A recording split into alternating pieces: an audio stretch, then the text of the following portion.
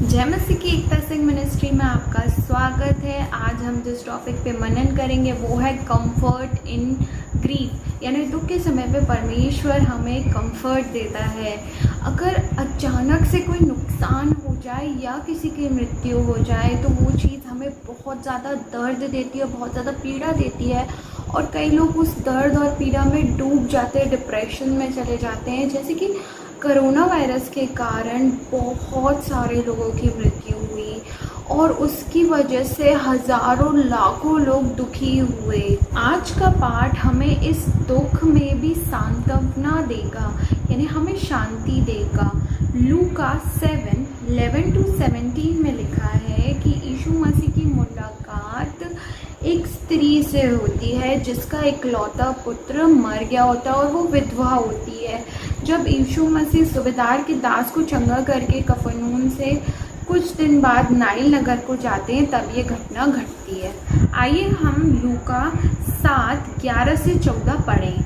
थोड़े दिन बाद में नाइन नाम के एक नगर को गया। उसके चेले और बड़ी भीड़ उसके साथ जा रही थी। जब वह नगर के फाटक के पास पहुंचा तो देखो, लोग एक मुर्दे को बाहर ले जा रहे थे जो अपनी माँ का इकलौता पुत्र था और वह विधवा थी और नगर के बहुत से लोग उसके साथ थे।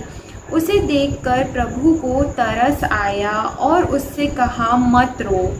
तब उसने पास आकर अर्थी को छुआ और उठने वाले ठहर गए। तब उसने कहा, हे जवान, मैं तुझसे कहता हूँ, उठ। गति, दूरी और रोग पर यीशु मसीह का अधिकार है।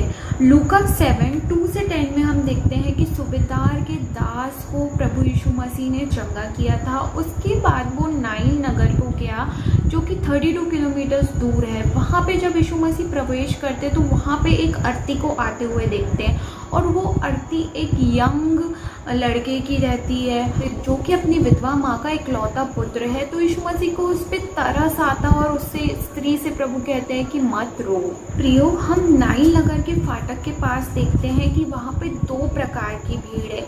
एक भीड़ जो यीशु मसीह के पीछे चल रही होती है, जिसका मुख्य व्यक्ति यीशु मसीह होता है जो कि जीवन और लाइट है।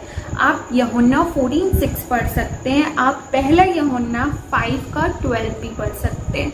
और दूसरी भीड़ का मुख्य व्यक्ति था वो मुर्दा, जिसके पीछे उसकी माँ और भीड़ चल रही थी जो कि बहुत ज़्यादा दुखी थे क्योंकि उस विधवा माँ का इकलौता बेटा मर गया था। प्रियो, मानव के दुख से परमेश्वर यीशु आज भी दुखी होता है। आप दुख के समय में सोच सकते हैं कि परमेश्वर को मेरा ध्यान नहीं, लेकिन आज के पाठ में हम देखते हैं कि यीशु मसीह उस विधवा के पास गया और उसे सांत्वना दी, कंफर्ट दिया और कहा, मत रो। यीशु हमारी ज़रूरतों में कार्य करता है। इब्रानियों 4:15 में लिखा है, क्योंकि हमारा ऐसा महायाजक नहीं जो हमारी निर्बलताओं पर दुखी ना हो सके। यीशु अपने लोगों के दुख को देख के दुखित होता है। जब हम विश्वास से यीशु मसीह से मांगते हैं तो वो हमें रिस्पॉन्स देता है। लेकिन हम यहाँ पे देख रहे हैं कि स्त्री यीशु मसीह के पास नहीं आई, वो रो रही थी। उसके दुख को यीशु मसीह देखकर यीशु मसीह को सहानुभूति होते है उसके प्रति और वो उसे कंफर्ट देते हैं, कहते हैं मत रो। वर्स 7:14 में हम देखते हैं कि यीशु मसीह का मृतकों पर भी अधिकार है। एक ही मनुष्य है जो हमें कब्र से परे ले जा सकता है, वो है यीशु। लूका 7:14 में हम देखते हैं, हे जवान, मैं तुझसे कहता हूँ, उठ। यीशु मसीह ने उस मृत जवान को आज्ञा दी कि उठ जा, तो वो उठ के बैठ गया और बोलने लगा और यीशु मसीह ने उसको उसकी माँ को सौंप दिया और यीशु मसीह ने उस माँ बेटे के जीवन में आनंद भर दिया।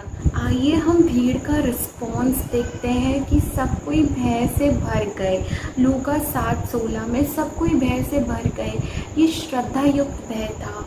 सब चकित हो गए थे, सोच रहे थे ये क्या चल रहा है, ये कौन है, ये सब सोचकर लोग भय से भर गए थे। भीड़ ने परमेश्वर की स्तुति करी, वे परमेश्वर की स्तुति करने लगे और बड़ाई करने लगे और कहने लगे, ये तो एक महान नबी है। भीड़ कह रही थी कि हमारे बीच में एक महान नबी है। जब यीशु मसीह ने उस विधवा के पुत्र को जीवन दान दिया तो सब लोग यीशु मसीह को एक महान नबी कहने लगे, ये एलिया और एलीशा से कंपेयर करने लगे और कहने लगे ये तो एक महान नबी है। परमेश्वर ने अपने लोगों पर कृपा दृष्टि की। लोग डर से भय से भर गए थे, तो यीशु और परमेश्वर की महिमा करने लगे और कहने लगे। वर्स 16 में हम देखते हैं, हमारे बीच में एक बड़ा भविष्यवक्ता उठा है और परमेश्वर ने अपने लोगों पर कृपा दृष्टि की है। प्रियो, प्रभु यीशु मसीह के द्वारा परमेश्वर हमारे पास आता है, वह हमारी चिंता करता है, वह हमारी परवाह करता है।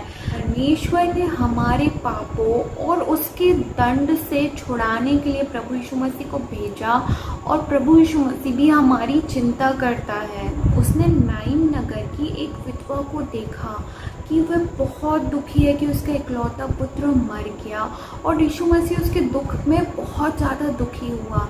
विधवा स्त्री के मांगे बिना ही परमेश्वर ने उसके पुत्र को जीवित कर दिया और उन दोनों के जीवन को आनंद से भर दिया। हमारा प्रभु यीशु मसीह हमारे दुख में दुखी होता है।